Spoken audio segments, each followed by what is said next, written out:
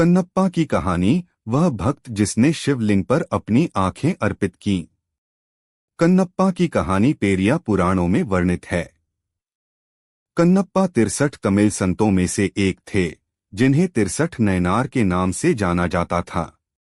संत बनने से पहले उन्हें थिन्नान कहा जाता था और वे पेशे से शिकारी थे। थिन्नन शिव के प्रति बहुत आकर्षित था और एक मासूम भक्त था। उसे अनुष्ठानों या पूजा पाठ का कोई ज्ञान नहीं था। एक दिन उसने पदचाप सुनी और पेड़ों में छिप गया।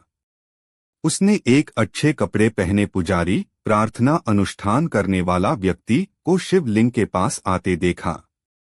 पुजारी ने क्षेत्र को साफ किया, शिवलिंग पर एक बर्तन में पानी डाला, मंत्रों का जाप किया और शिवलिंग पर फूलों, सब्जियों और फलों की माला चढ़ाई। अपने अनुष्ठान पूरा करने के बाद ब्राह्मण चला गया।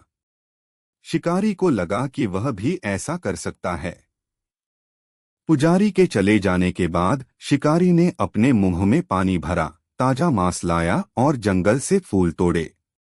उसने अपने मुंह से पानी शिवलिंग पर छिड़का, भगवान को मांस और फूल चढ़ाए और शिव से अपने दिन के बारे में बात की, क्योंकि उसे कोई मंत्र नहीं आता था। अगली सुबह पुजारी भगवान को चढ़ाए गए मांस को देखकर हैरान रह गया।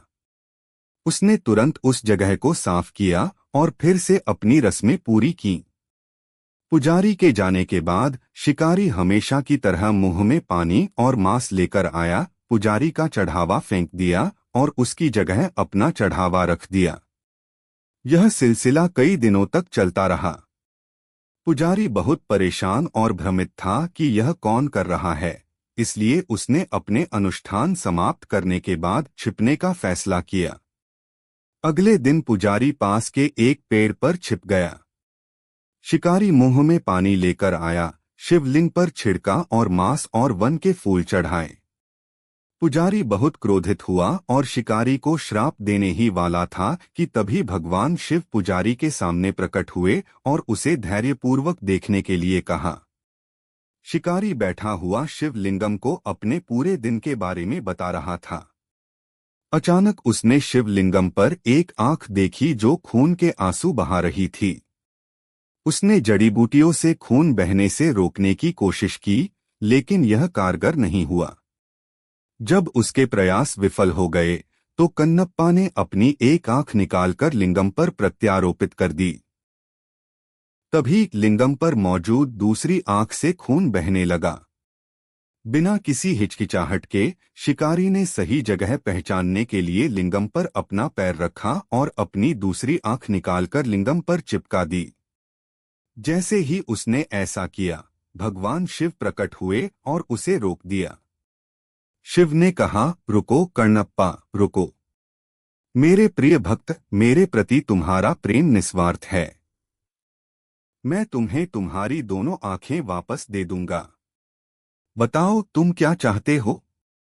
शिकारी कन्नप्पा ने उत्तर दिया, भगवान, मैं हमेशा आपके साथ रहना चाहता हूँ। उसकी भक्ति से प्रसन्न होकर शिव ने कन्नप्पा की आंखें बहाल कर दीं और उसे अपनी शाश्वत उपस्थिति का दर्शन कराया।